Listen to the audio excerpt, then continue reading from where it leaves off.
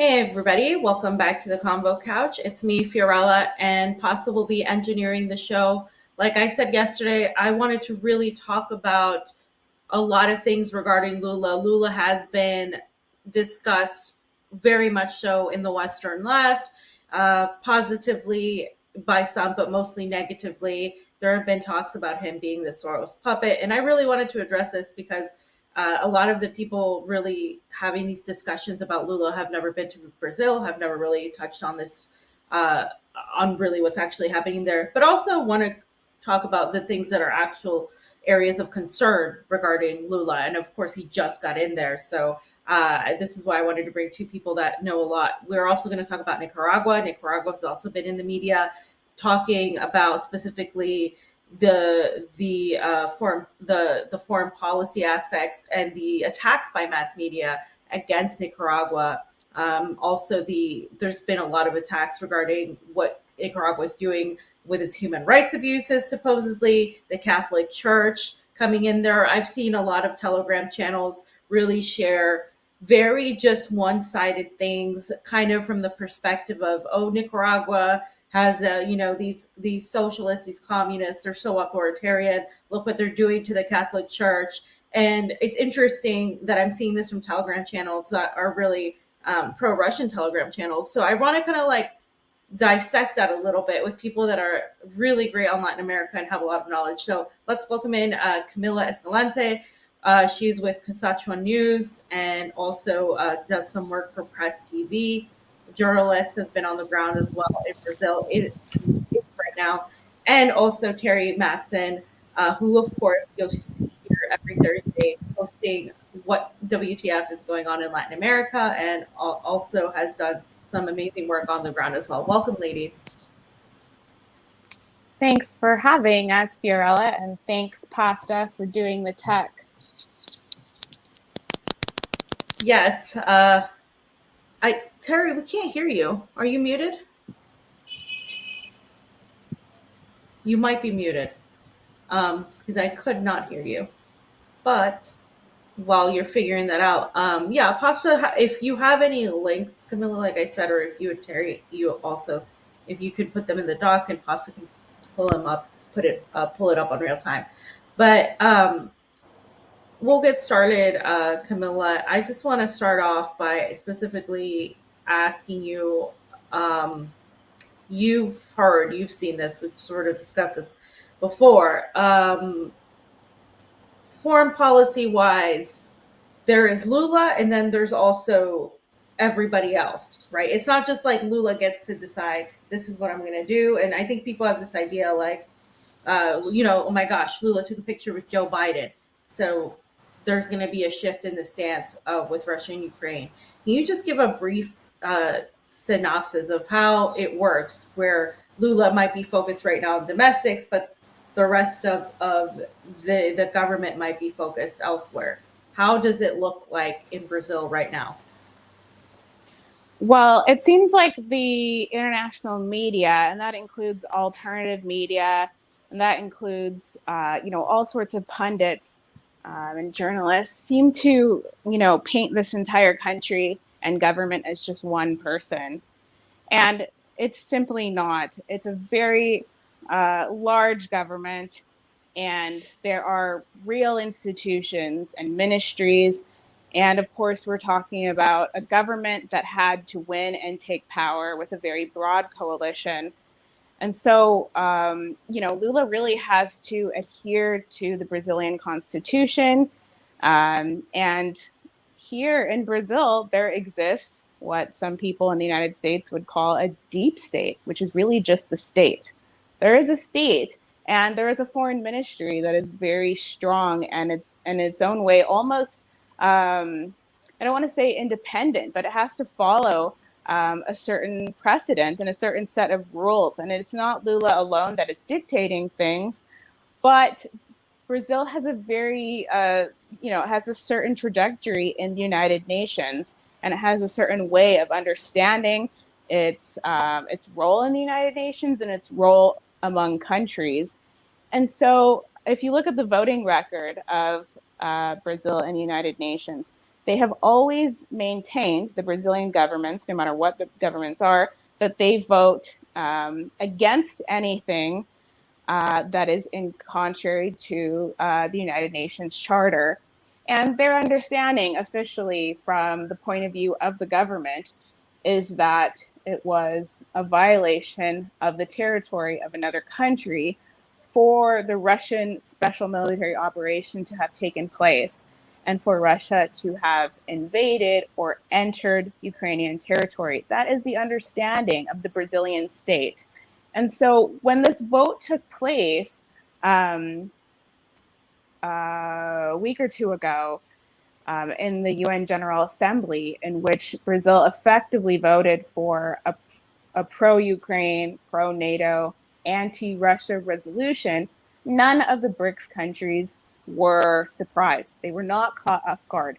They voted in congruency with all of the other votes they've ever taken in the United Nations. And that includes votes, on Syria, on Afghanistan, on Libya, on Yugoslavia, and on Iraq. And there's this really good sort of op-ed that's written by this Brazilian sociologist named Marcelo Zero, like Zero is his last name.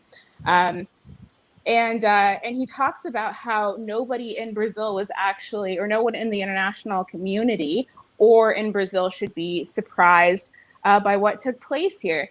And that if it seemed to you, if it seemed to people on the outside that Brazil has had, kind of a position, especially on the conflict, which was, that Bolsonaro was neither really for Russia or for Ukraine.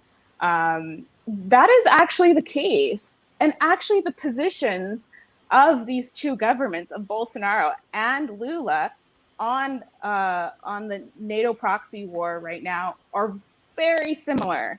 Now, the only difference is that right now, Brazil under Lula is actually calling for peace. And they say that they want to mediate and bring people to dialogue. They want to bring people to the table, neutral, supposedly, whatever that means to this government, neutral parties to talk about steps to take towards peace. And they believe that the vote that they cast in the UN General Assembly is, one part of that. They believe that it was a principled vote and that Moscow is completely understanding of why that vote had to be taken. Obviously, they're taking this vote also knowing that these are non-binding votes and that people don't really take the United Nations seriously right now, even if some South American countries do. And so I think that, I think people are reading really, really far into this without seeing really how things are panning out. Nothing was really, promised or pledged to support Ukraine when Lula had his little Zoom meeting with Zelensky the other day. And we're still waiting for Lavrov to come take his South American or Latin American tour, whatever he's going to do. He has several countries that he wants to visit in the region, and one of them is going to be Brazil, and he's going to meet with Lula and all the high-ranking authorities of this government in the coming weeks in April. And so we're waiting for that to happen. That's very important, and this is, a first step to seeing, if Lula can get these different parties on board, which he said could include, Indonesia, China, India, to sit at the table and try to broker peace. And so I really think that I'm no expert on Brazil. I have followed social movements here, but I think it's very important to not jump ahead and actually see what takes place in this meeting and, what's shaping up around, the proposal for peace that's being put forth by China as well. But people should not, it should be very clear that the negotiations and the real talks are going on behind the scenes and that there are open channels of communication between the Lula government and the other BRICS countries, particularly China.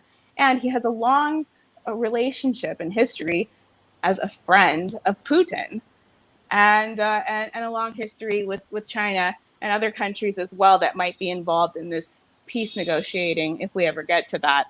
So, what we see in the news, whatever the headlines are, and these, what I would say are superficial, meaningless votes, although, I personally condemn the position taken by Brazil and I don't agree with it. I don't think it's representative of what's really going on. And I have to say that a lot of the people who supported Lula in the election in October, and a lot of the leftists and anti-imperialist parties and movements in this country were very critical, and they've been very angry about the vote that was taken. And there has been a lot of criticism within the country and the media by Brazilian pundits here. And so rest assured, it's not just people in the United States or, in London, England, who are outraged about this, but it's a discussion that's taking place here as well. But I think it's important not to jump to conclusions. Teri, I want to get you a chance to jump in, and I still can't hear you. I don't know if maybe you're unplug it or whatever. Pasa, can you hear her? Or is it just me? Because I can't hear her. I can't either. Teri, you have to go to your settings and put your microphone on. Yeah. I want to give Teri a chance to respond, but I just real quick want to say that a lot of the criticism seemed to span from the same area, where it was people that were already critical of Lula and really are just looking to find certain things and lack any sort of understanding, because he's just doing the bidding of Soros, he's just doing the bidding of the World Economic Forum, he's just a guy that's, because he attended the World Economic Forum. The thing is, with Lula, you can find a picture with him and like literally every revolutionary, but also George Bush. Like, people need to understand there's more to this than pictures and headlines, and the diplomacy on the ground is not just Lula. It's literally everybody else. And I think what a couple of the points that you mentioned were very accurate, because from my side of town, from Moscow, Russia was not at all like, oh my God, I can't believe Brazil voted this way. That never came out of the mouths of Lavrov, of the Russian Foreign Ministry spokeswoman. It was never said that they were surprised, as you mentioned, about this. BRICS countries are going to have this relationship among BRICS countries. It's not just going to be, that they're going to act in a way that's going to alienate their own alliances, especially with China. And with what's going on right now, there's a lot of diplomacy that we're seeing with the UN. And then the UN isn't right now. It's basically not doing anything for anybody, especially from Russia's standpoint. The UN is very symbolic. There's really, not much that's going on there. But I do think that that's worthy pointing out. What about necessarily, we are always going to see Lula in those photo ops. So notwithstanding the World Economic Forum, which is its own thing, the whole philosophy of Lula and this government, and even Brazil in general, is to be very present and even take a leadership positions within all the international major organizations. So that would be the United Nations, the IMF, the World Bank. They're literally trying to come in and, place themselves as some sort of leaders within these organizations, not to avoid them. And we have to remember there are all sorts of different streams and, philosophies and approaches towards these multilateral organizations from Latin America. There are certain, for example, countries like Cuba, who has long not been a part of the Organization of American States. Even before Venezuela decided to pull out of the Organization of American States about 6 years ago, Cuba was already not a member.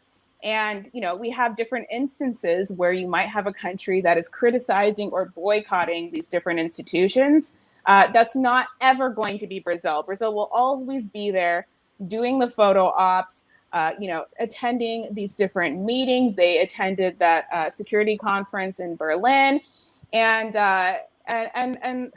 it'll be the same with everything else. It's a completely different approach than what we're seeing by other countries. And we have to remember, this is one of the largest countries in the world. According to the United States, it's the second largest democracy in the hemisphere, but it's actually the largest democracy in the hemisphere.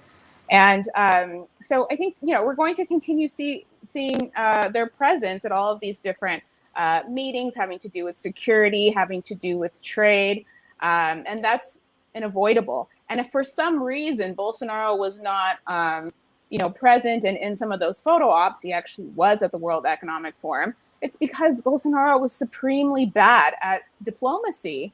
I mean, regardless what you think of him in terms of, the way he governed the country and his ideology and the ideologies of those he leads, he really just failed in terms of diplomacy. And that's why he wasn't present, really in the BRICS, and why he allowed Brazil to fall off the map and severely weakened the Brazilian economy in comparison with other countries such as Russia. I mean, this is just a complete failure of that government. It's not because he has some sort of, I don't know what sort of the suggestion is. Some sort of, yeah, it's not like he has some sort of strong ideological position against the United Nations. When he was there, he bragged about, all of the achievements of the Brazilian government with regards to health, with regards to environment and stuff like that. I mean, he virtually made it up, but he was present, and the Brazilian diplomats still today at the United Nations who are in Geneva, the Human Rights Council, who are representing Brazil, are actually from Bolsonaro's government. So, I mean, let's not pretend like he pulled out of these institutions. He just, weakened Brazil's presence internationally. Yeah, and the other thing I want to bring up right now is the legitimate criticisms of Lula, right? But the thing is, people who have been bringing up Haiti like 24/7, the moment he took power, the moment even before that, they were bringing up Haiti. Now, foreign policy wise, in my opinion, Lula has not ever been super strong as a leader. And Haiti is one of the stains, I think, that a lot of people bring up on his record. But there are things that Lula has been doing, or the Brazil as a whole, pushing de-dollarization, pushing this new sort of currency, and sort of going in that direction. Is there some legitimacy to the criticisms, and what is a reason behind this sort of push for a new currency as well on the other end of the spectrum? Yeah, of course. This is a highly criticized move within the Brazilian left, particularly the anti-imperialist section of the Workers' Party. The Workers' Party is one of the largest, most important leftist parties in the country. And so, its membership is larger than entire populations of other Latin American countries, just to put it in perspective. And, so there's a lot of people who think that is the largest stain on the record of the PT governments, the previous PT governments. And it goes back to what I was just saying, which is that they want to lend all of their support. The Brazilian government and state wants to lend all of its resources, faculties to the United Nations, because they think that the United Nations is like the ultimate institution for, creating peace in the world. They actually believe, and it's not just Brazil, this is how Gustavo Petro treats the United Nations, how Chile treats the United Nations, how Argentina treats the United Nations, and believe it or not, how Venezuela treats the United Nations in a lot of cases, as if it's some sort of supreme force for good in the world, and that they were doing their due diligence and their task by supplying the United Nations troops for this, foreign intervention or mission, and however they perceived and understood it at the time in Haiti. And it's very unfortunate that, the troops came from this country, the largest African population in the world outside of continental Africa. It just is even more, just horrible to think about, and all the atrocities that were committed there. But there are, there's very limited talk about the different role the different actors played who are still, active today internationally, who committed crimes in Haiti, such as the Secretary General at the time, Kofi Annan. He's not Brazilian. And of course, the person who commanded over Brazil's troops is today the Gabriel Bort's ambassador to the United States. I mean, these people were in decision-making powers, and of course, the main general who commanded over the Brazilian troops was a Bolsonarista. I mean, we really need to talk about the fact that this is not, that for as much as Lula and this current government is supposedly, dodging new coup attempts, destabilization, and, any other thing that might come their way, it's largely because of the risk this government will be in if they don't find harmony with the armed forces here, with the security apparatus that might actually try to coup Lula. And it was even worse in the prior administrations. Lula has never been in accordance with the military. It's been its own thing to a point where it's dangerous that the military would be so strong in a country. But I mean, I don't know where we came from saying Lula has a poor foreign policy in that regard. If you're asking me personally, because I have a very distinct view of the United Nations, and I agree more along the lines with what Nicaragua's position has been on the United Nations and how it's been politicized, instrumentalized to attack countries and their sovereignty. That's what I support. But even if you believe that Lula has a really poor position and they shouldn't have entered Haiti, maybe we should talk about the people who should be held to account, within the armed forces, and look at all the different actors. This was many countries from multiple countries, or many actors from multiple countries that participated in the invasion and occupation of Haiti. It was not only Brazil. It's unbelievable that Brazil gets to be the only country held accountable for this. It was other South American countries, but also countries from Asia and Africa. And of course, always led by Canada, France, and the United States, among other NATO countries. Like still today, I mean, we're still talking about, an eminent situation there. But even if there aren't troops on the ground, it's been under permanent hostility and essentially what amounts to an occupation by foreign forces that are, constantly sending weapons, military vehicles and other things. Particularly Ottawa is, sending planes to the Haitian capital all the time. And so, this is really where, if we're going to hold Brazil accountable for its role in all of the, deaths and brutality that took place and everything that resulted from that occupation, then we should also be making sure that it doesn't happen again. This is a huge problem with Latin America, the Latin American left. I think it's, pretty obvious that, one country's human rights is more important than others. People forget, and they have a really poor understanding of the situation in Haiti. And most of the countries that have been leading this call for a new intervention of Haiti right now have been CARICOM countries for like 2 years now. At every one of their meetings, all the leaders, particularly Mia Mottley of Barbados, but many other countries. And so, I think these are things that we could be discussing. But it's just not, it's not going to get you clicks. I know for fucking sure that I'm not going to get clicks by reporting on that. But I do get a lot of clicks if I go after the Workers' Party government. Yeah. And yeah, I mean, talking about this sort of thing and deep diving on this stuff, it really requires a lot of nuance and a lot of understanding of the region. And I think most people that, end up talking about Brazil do not go that route. They simply look at the headlines or they see a picture, and that's the base of their analysis, which is extremely reductionist and superficial.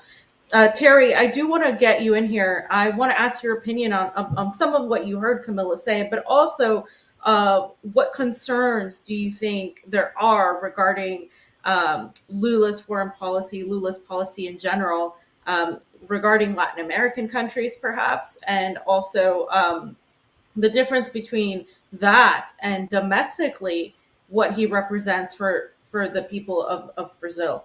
And you can jump in after that too. Well, I hope you can hear me now, yeah? Yes. Great, thank you. I'm so sorry for the technical difficulties. And I just have to say thank you so much for the invitation to join this conversation with both of you.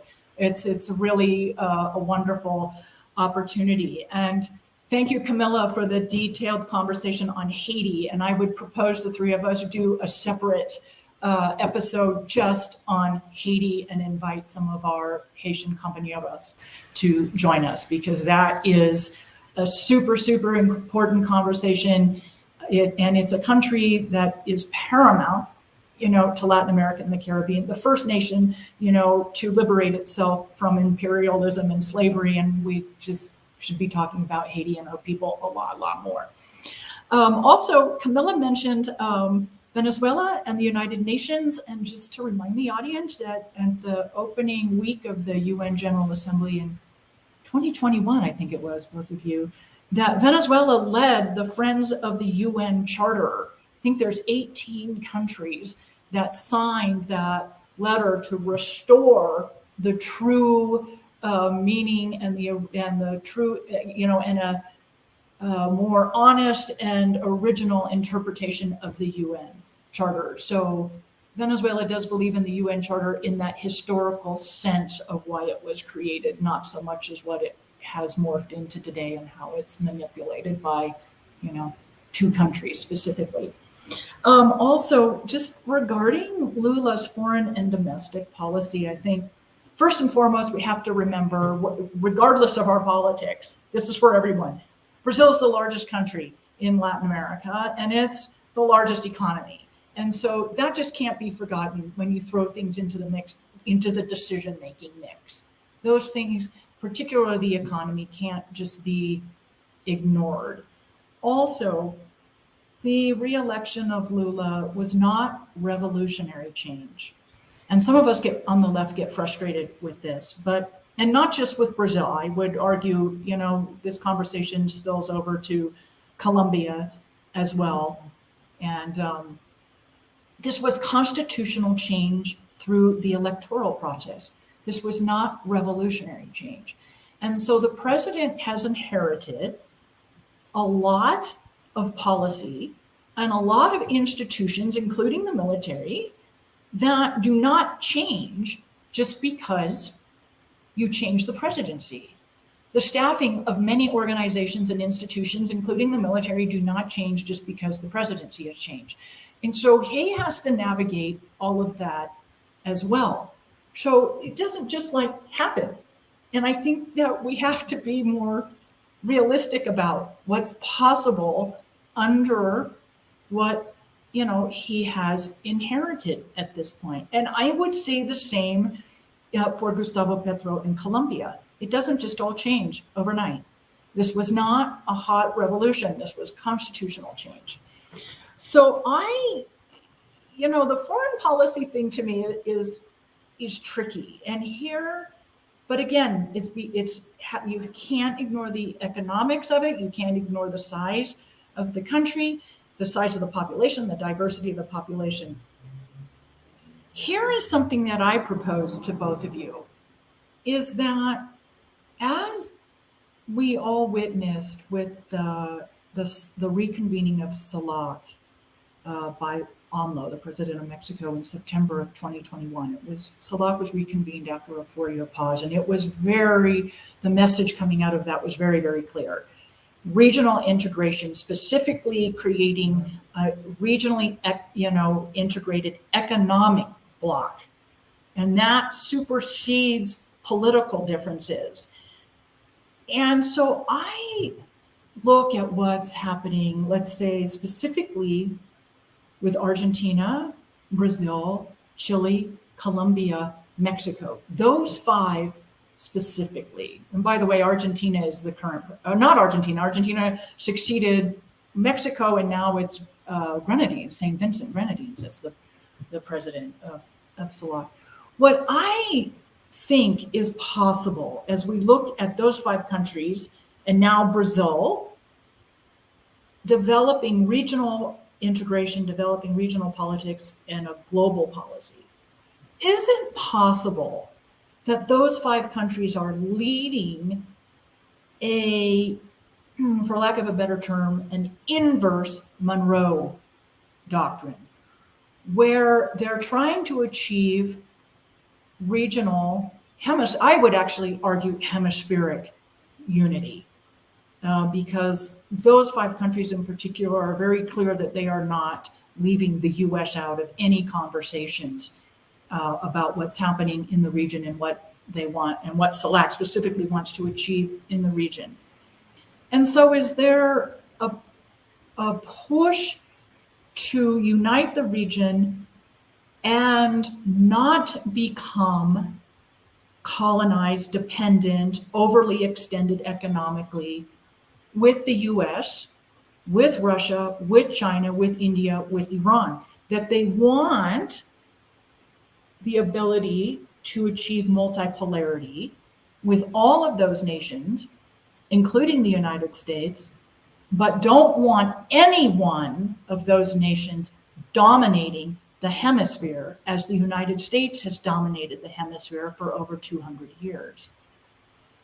And because it's really tricky when you watch at what the 5 of those countries are doing. And I think because of the size of Brazil and the excitement over of Lula being reelected to the presidency, we specifically focus on him and Brazil, but I'm not sure that's the only, component of the Americas we should be focused on. And I really don't think he wants any, and I would again include those other 4 countries as well, any one country dominating the hemisphere politically, militarily, or economically. They want sovereignty to choose who they deal with and can create that sovereignty as a hemispheric bloc if it's appealing, or I don't even know that you could, integrate the United States. But I think the objective here is to not ignore the United States, to let the United States know they can be a player, but it's got to be on different terms. And this is how I've kind of explained it to other audiences, that what came out of the 2021 CELAC Summit was AMLO and leading the vision, and the majority of the nations following, is that the hemisphere of the Americas needs to be created with a round table, with angular table that currently exists with the United States at the head. I don't know that you can get the United States to join a round table, but I think that's one of the things that the Brazilian government would like to see. Remind us what countries you're listing, Teri. What are the 5 countries? Argentina, Brazil, Chile, Colombia, Mexico. Mm-hmm.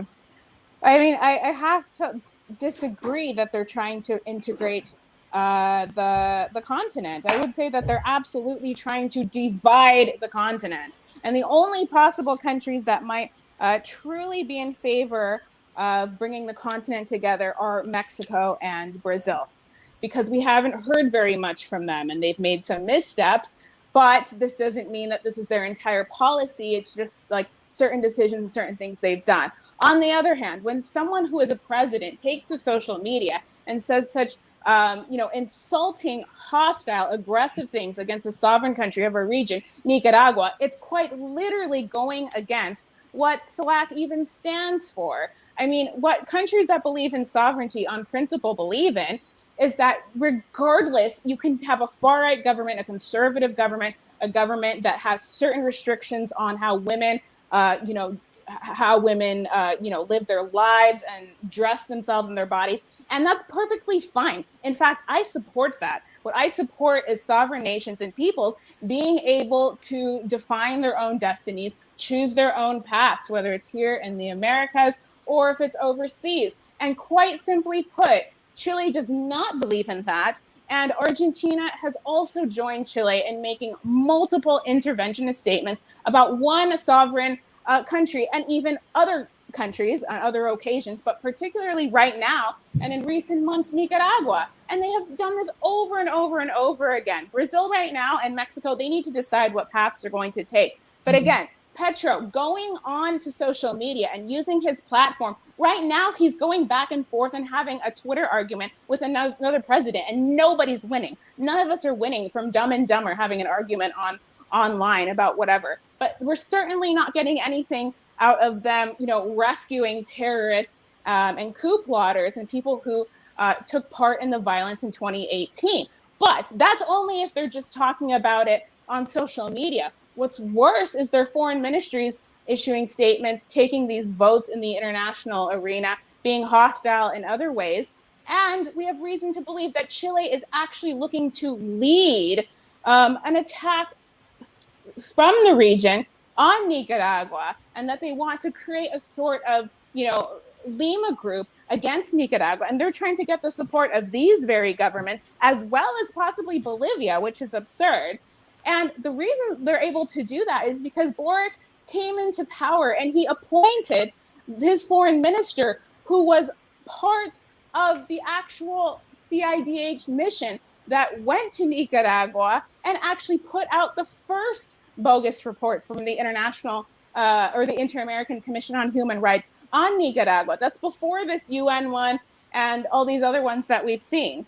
And so, this is the person that, since she went to Nicaragua in 2018, has not stopped talking about Nicaragua, has been launching attacks from wherever she is, and now she's in the foreign ministry, which is one of the most important ministries of the country. This is what's governing Chile right now. And Chile seems to believe, or Petro seems to believe in Argentina, that they're kind of like one little group, that they have the same view of things. They're leftists, they're progresistas.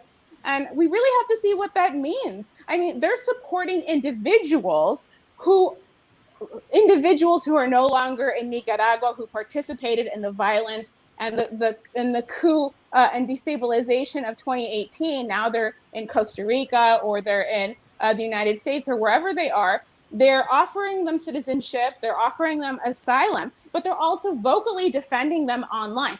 Who are they defending? They seem to believe that they're defending other leftists, feminists, journalists, civil society, whatever leaders.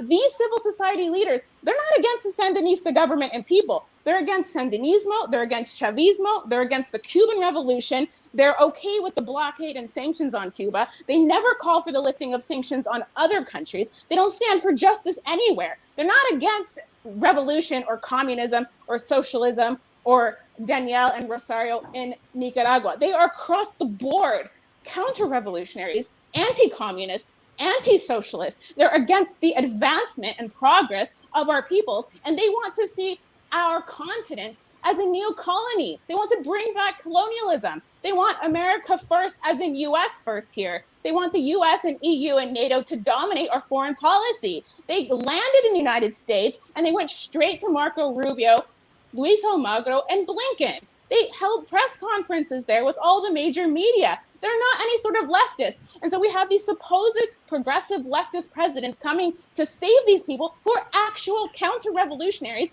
and terrorists. What does that say about these governments? I really think that the people who support the bases of AMLO and Brazil's government need to be asking whose side their governments are on. Because right now, Petro and Boric and Alberto have made it abundantly clear whose side they're on. It's absolutely absurd. They have nothing to do with socialism if they're attacking one of the only existing socialist projects on our continent and in our world right now. They have nothing to do with socialism. They're counter-revolutionary. They're against the Central American people. They're against the Nicaraguan people, and they're against the actual victims of mortal violence. They're against the victims of terrorism and the relatives right now who are demanding justice for the crimes committed, for their loved ones killed in 2018. They killed members of civil society, not just Sandinistas, not just people walking around with black and red shirts. They killed just normal people going to work. It wasn't just political. It was just straight up terrorism. And that's who these countries are siding with. They're dividing a region by SELAC.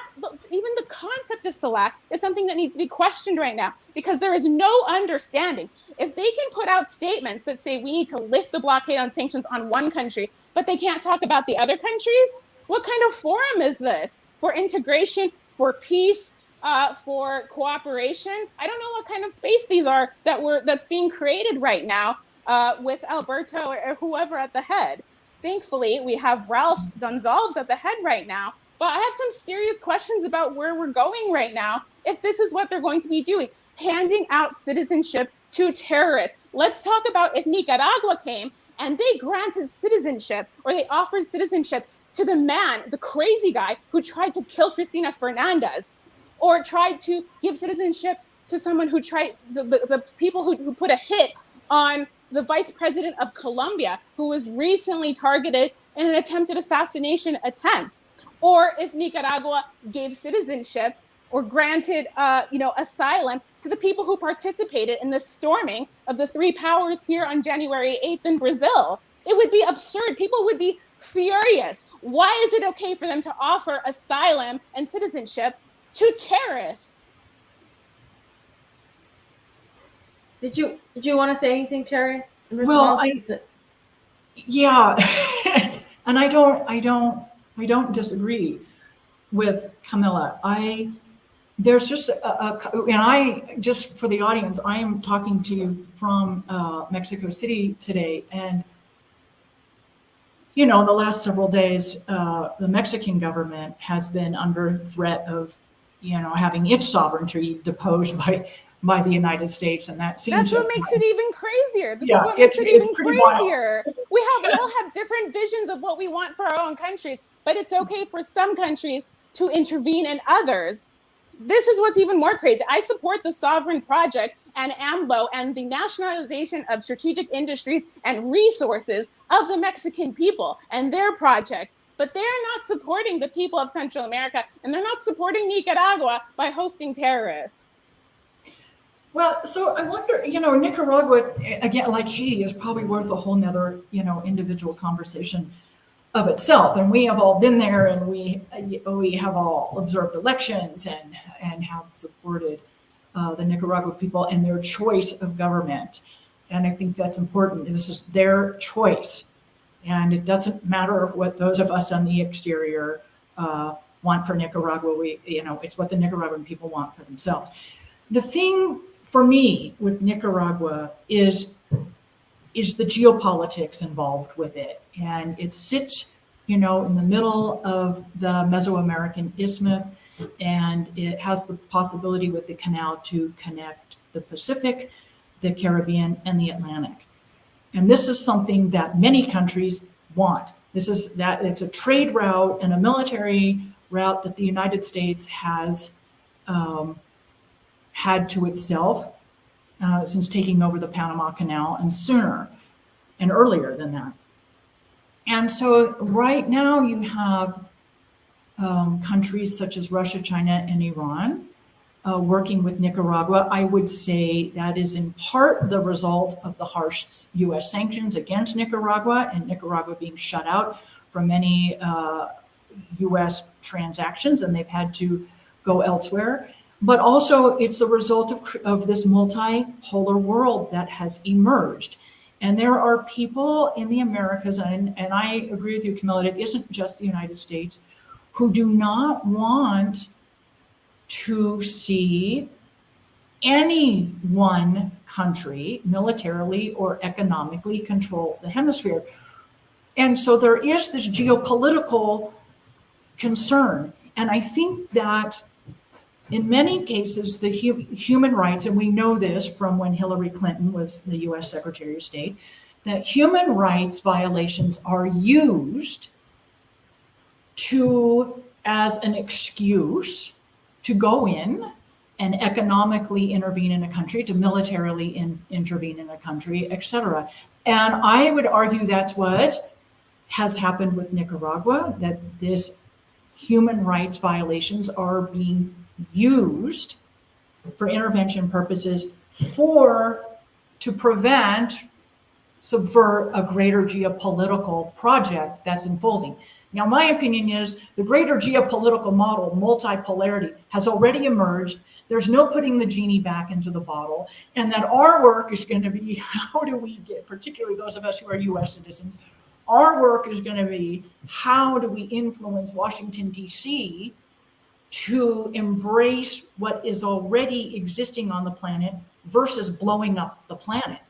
And I really fear that is what the choices are, that the people in Washington, D.C. would rather blow up the planet than embrace the multipolarity that has emerged and is going to continue to grow. And I think people like Lula, and I would also argue AMLO, although he doesn't have much more time to do this, are pivotal to being that bridge between the United States and not just South America, but probably the global South as a whole. He is pivotal to me in, kind of tamping down this craziness that's coming out of Washington. And then he's also got to hold his own country together domestically. So these are not, it's very, very complicated. But like to the three of us, we see the multipolarity. We live in it, we live in it. Fiorella in Russia, Camila in Brazil, and me in Mexico. And it's been there, it's been emerging for decades, I would argue, 20 years at least. And it's here. And so now we got to find a way, to preserve that. And I think in part that is what we're seeing with this mix of opinions and through various presidents. I also want to comment on Gustavo Petro, because this also has something to do with what's happening in Mexico right now with the ELN, Ejército, the National Army of Liberation, for ELN, as it's called in Colombia. Those peace talks reconvened here in Mexico City. You have a president who is espousing total peace for his country, which means talking to what right-wingers in Colombia call terrorist groups, guerrilla groups. Now, when he is trying to promote freedom for those prisoners, negotiate the release of some of them, create total peace in his country, he has to be very careful what he tells other countries. And I just wonder, I'm not sure, and I, in listening to Camila's comments, and I find them very valid. If he's trying to promote this total peace agenda, freedom for these ELN prisoners among his own population, which includes a very harsh right wing, as you said, they've tried to kill the vice president, does he not have to take,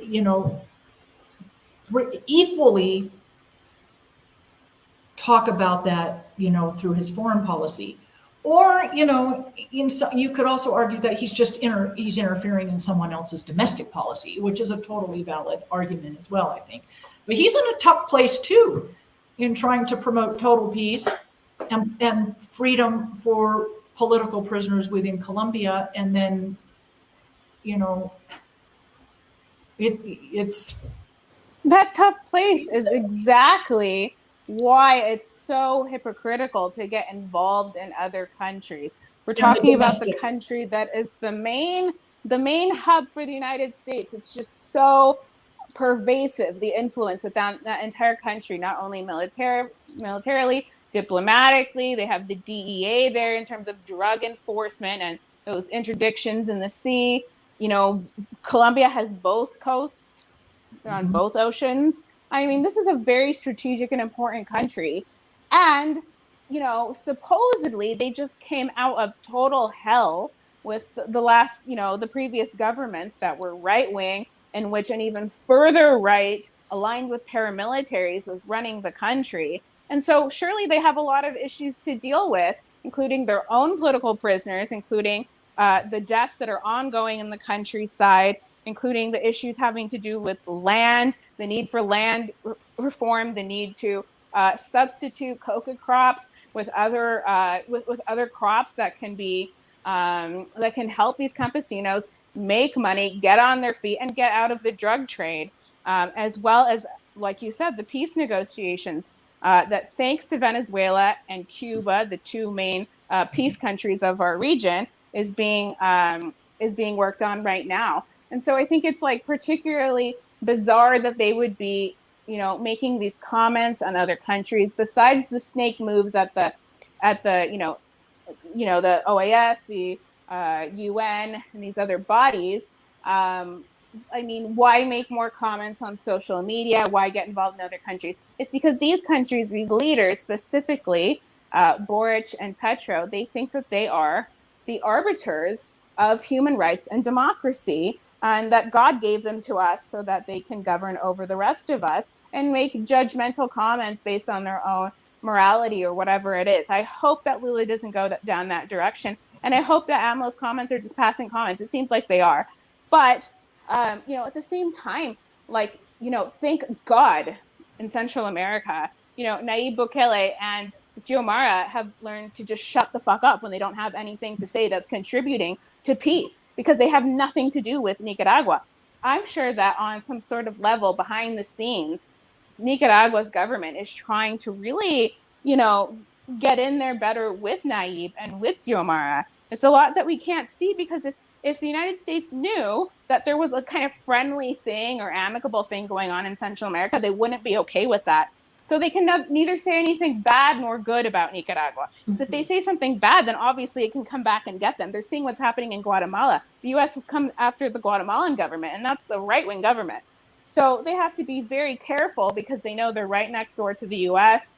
And some of these countries are looking to maintain the levels of funding they're getting from USAID, they're getting from what the United States considers to be aid programs to these countries, and they don't want that to be cut off. It's also the main source of their military armament. So they're getting free weapons from the United States, and so they want to keep that going. So at the same time, they're trying to get friendly relations with everyone else. Thank God we have that, because all these other countries think that they can just come and be arbiters of what's going on around our region, as if it's not enough to have Monroe Doctrine, as if it's not enough to have Europe still thinking that, that Latin America is a colony of theirs. We also have these other, minions of Washington in our region telling everyone what to do as well. It's absolutely absurd. It's unacceptable. I don't know why South Americans accept this from their leaders and governments, that they think that their progressive parties and movements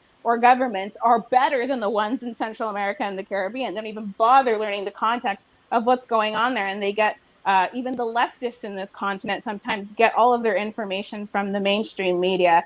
So it's very unfortunate, the course, the sort of comments and remarks we've heard from these countries, Mexico and Colombia, two countries that have had a very difficult recent past as landing pads for the United States, with the narco cartels, with transnational criminal organizations, with killings of journalists, with killings of campesinos, just huge crime rates, no control over their territory, total vacuums of powers in their country, and of course plagued with these neoliberal puppet governments year after year. And they finally get leftists into power, and the leftists want to help intervene in the other countries of our region, or at least pass judgment on an international stage. That to me is just so unfortunate.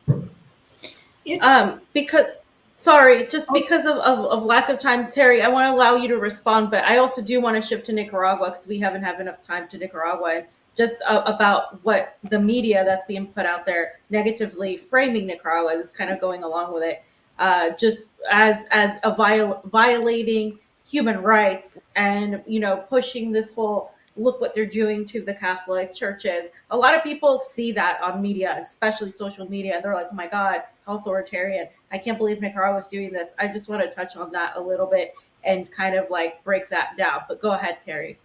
Well, I would just say again in response, I think, the human rights card, as again developed by, then U.S. Secretary of State Hillary Clinton, that is used as the U.S. created narrative, the excuse for interventionism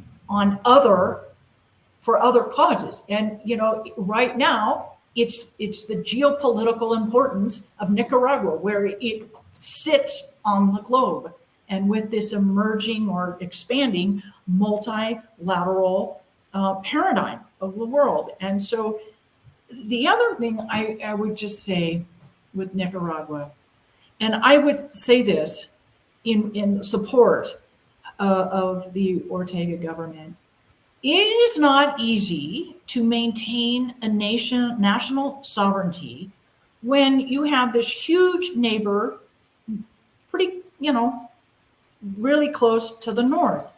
And it takes it's a diplomatic song and dance to keep the US out of your country. And they've done it. They've done it. And we never talk about that.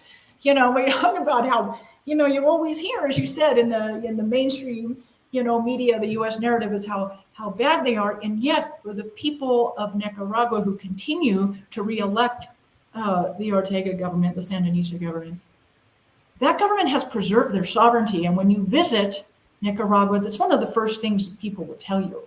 That takes an enormous effort at diplomacy. It is a song and dance, and I think that government is one of the best in the region at maintaining its sovereignty and keeping, U.S. interventionism to a minimum, with the exception of the Renaissance Act and the expanded economic sanctions against the country and many of the individuals in it.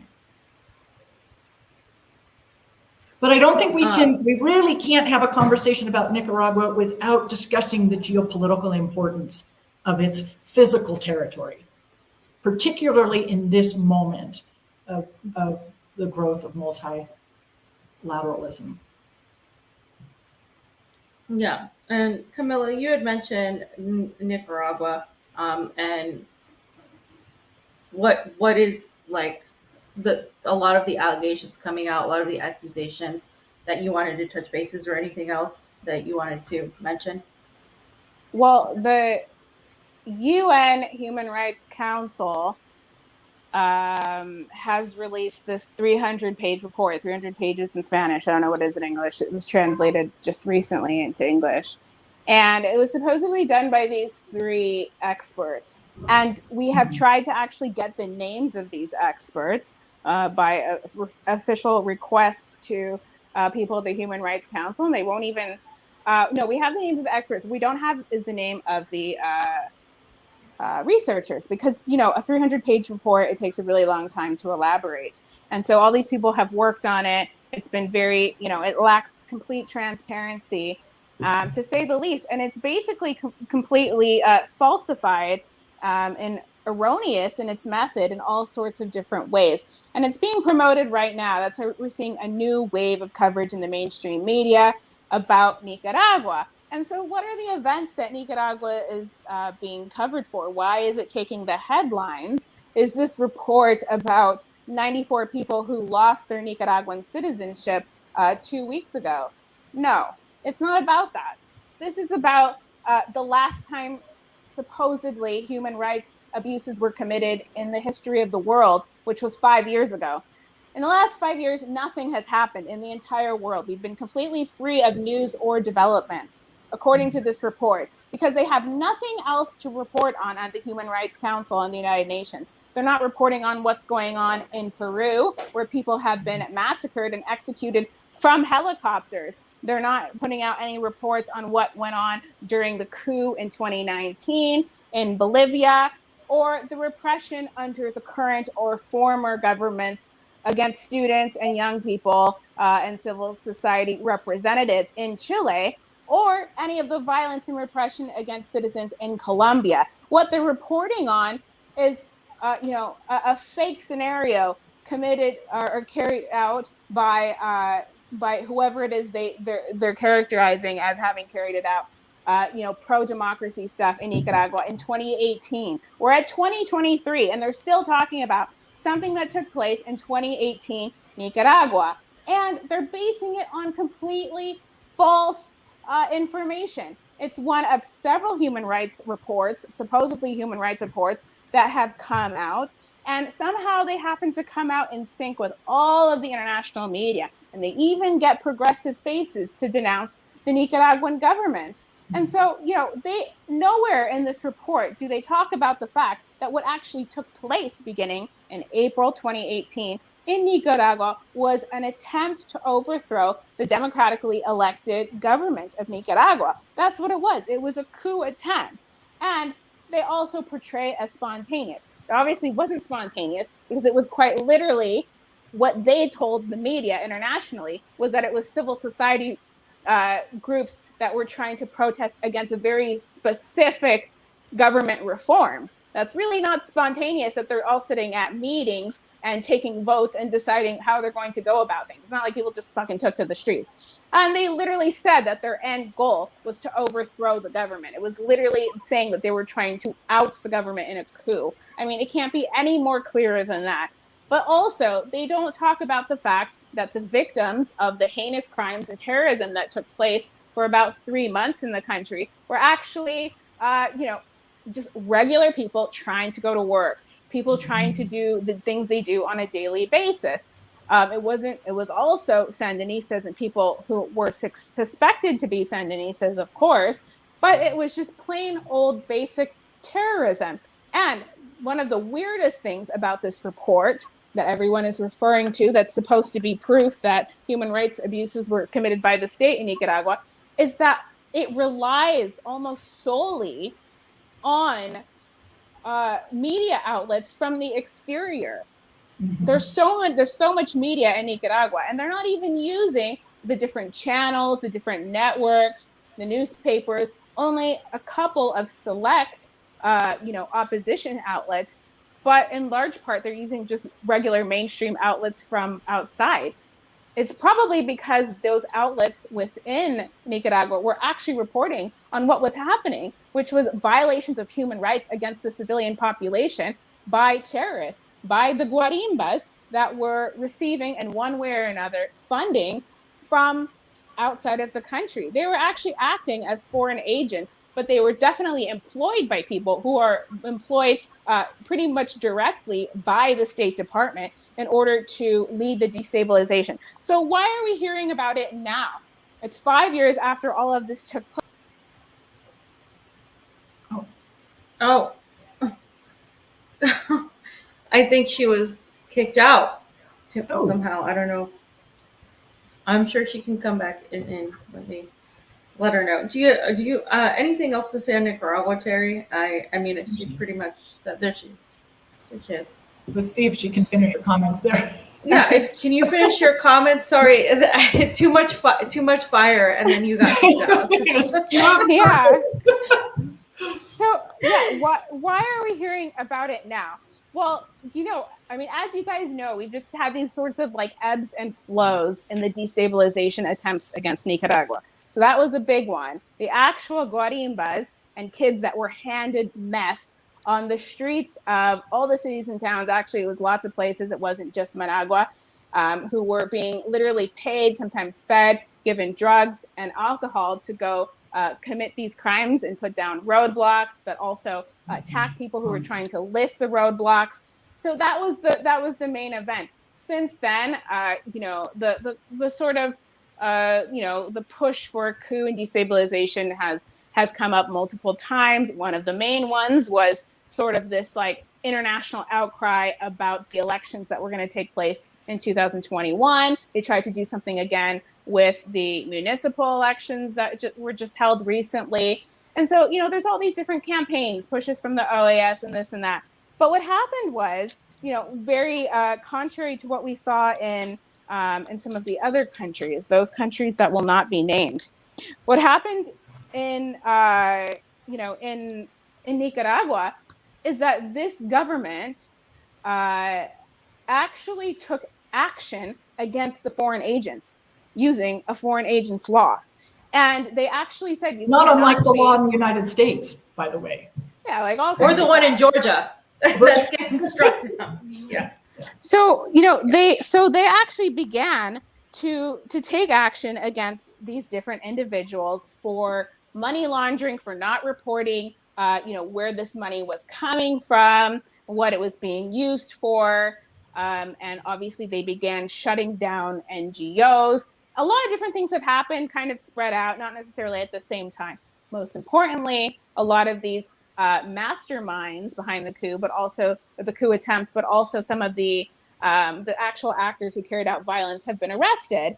And so, a lot of them have been arrested and they have been like held, some of them on house arrest, others actually in jail for the last, let's say, 2 years, a lot of them. And some of them, like the 222 were sent packing on a plane, and the US took back their employees just a few weeks ago. And now they're in the United States. They have a temporary status and everyone's offering them asylum. Well, what's happening now is that literally the Nicaraguan government really, talk about crackdown. They really are just like closing up shop for those NGOs. They're saying they can't operate. They're jailing people and then they're sending people to the United States. Do you know how hard it is to carry out a coup in Nicaragua right now? It's not happening. A coup is not going to happen in Nicaragua, not just because every single person in Nicaragua I've ever interviewed has told me that they're never going to allow that level of violence and brutality and just lawlessness and anarchy, or whatever you want to call it, to happen again on their streets without them fighting them first. They're not going to wait around for the police or armed forces or the government to do anything. They're going to take care of it themselves. But it's not going to happen because there's literally no framework for it to happen, because the Nicaraguan government said we're not going to allow these foreign elements to come in here and trash our country. And so the EU and the United States and Canada right now are completely in despair. They have to do exactly what Teri is saying and use human rights, the issue of human rights. They have to use the Human Rights Council, as well as the OAS, the Inter-American Commission on Human Rights, and every other space that they can find having to do with human rights, to be able to attack this country on that basis, based on something that happened 5 years ago.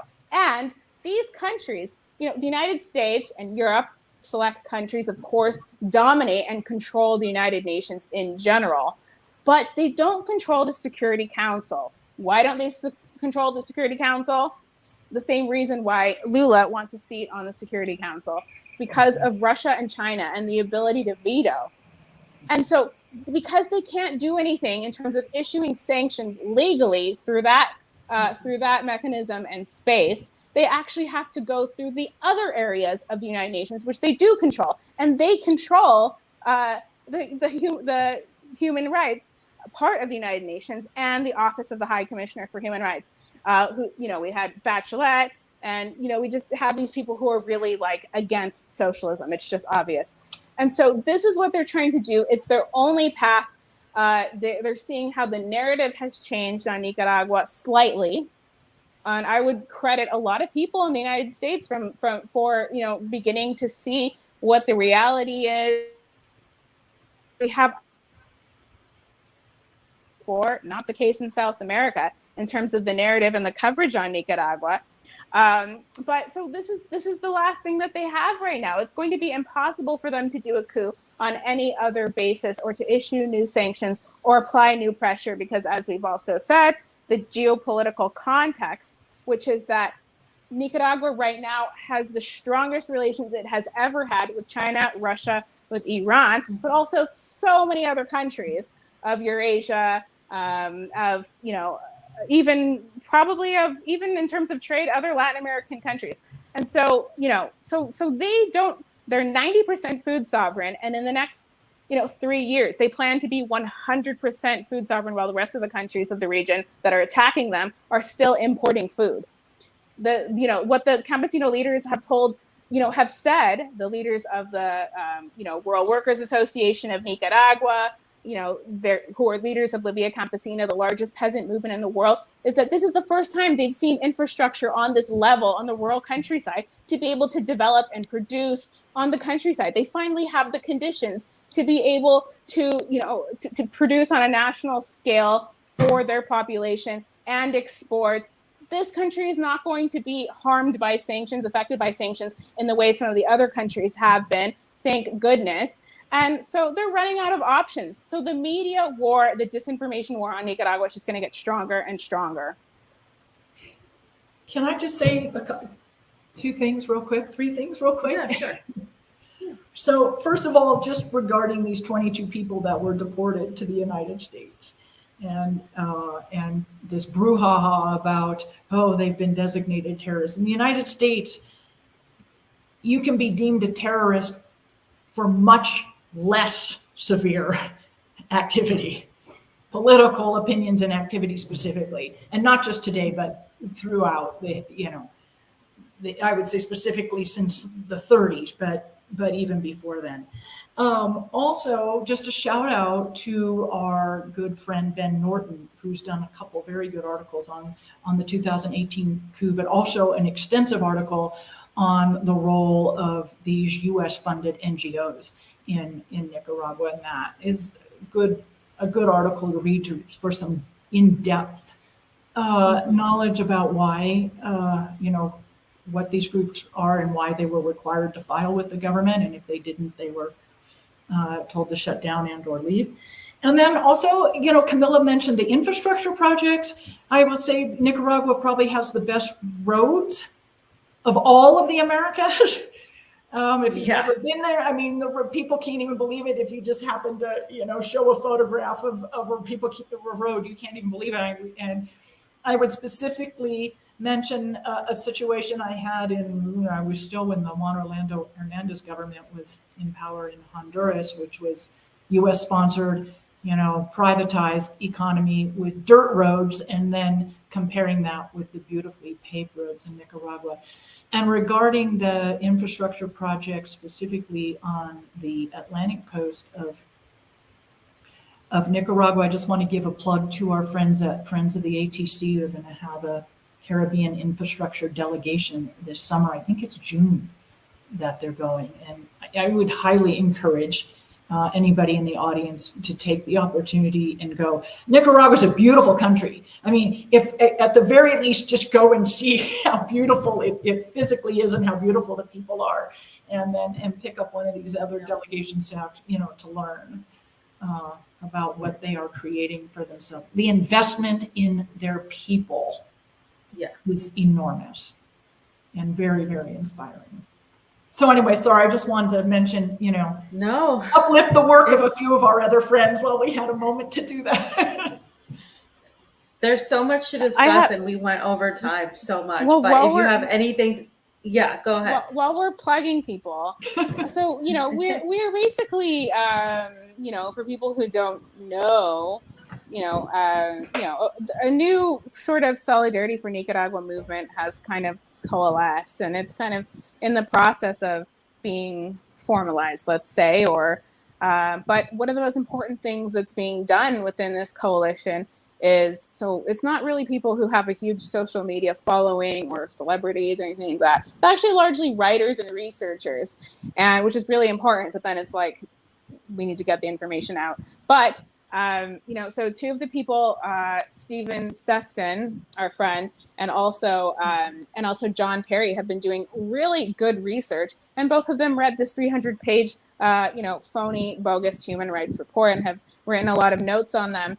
And to really just combat lie for lie, which is absolutely impossible when you have a report that long, but all of the different errors and falsified lines in it. So I think that's really important, and I think it's something that we're going to be doing more and more of. And it's really, hard work, but the fact is that we need to be a little bit more, detailed and look at the context. We can't just be making claims, whether about the government in Brazil or about Nicaragua, without looking at the facts, studying what really took place, and scrutinizing these things. It's going to be very in vogue, if it's not already popular now, to slam the United Nations, to say that it's, a tool for the imperialists, that it's controlled by the United States. I certainly believe that, but we have to actually look at why and document why, and see what the alternative actually is. And so that's some of the work that the new Nicaragua Solidarity Coalition is doing right now. So I hope that we can bring a lot more coverage, at least to Causecha News, about why this report is so flawed and factually incorrect.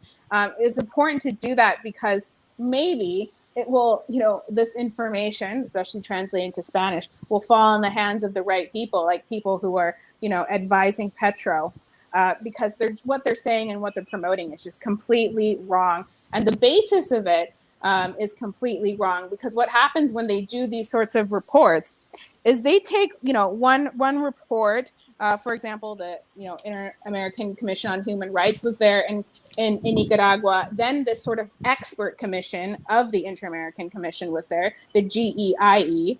And then the United Nations human rights experts are all there. And so what happens is that these different reports are forming the basis for the next reports. They're already based on like total lies. And so what happens is it becomes this sort of like feedback loop infinitely for just lies swirling around the human rights, situation in the country, none of it based on the reality. So the on the ground reporting that we do, that I've done, that Calcetchen News has done, among many other people who are friends with us, including Fiorella, in Nicaragua, has been extremely valuable because it's the only way we can combat those lies and replace them with the truth. Well, thank you both for this. I really enjoyed this discussion. I think we need to have more of these discussions with you two, because it's a lot of information that the audience doesn't always get.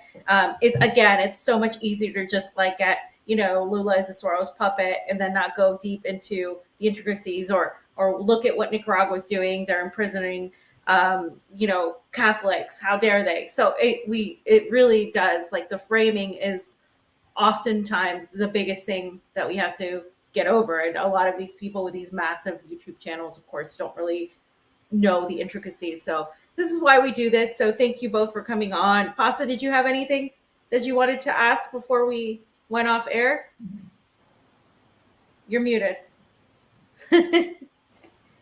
You're muted. You're muted. I don't want to ask a question now.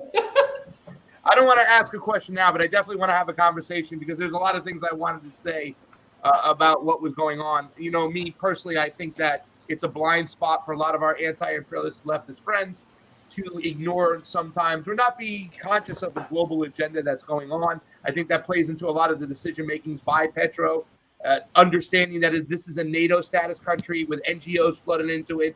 They already have, when you want to do international travel, they already have QR codes, track and trace programs in play. So I think there's other entities that are also pushing people in a certain direction and pulling the strings.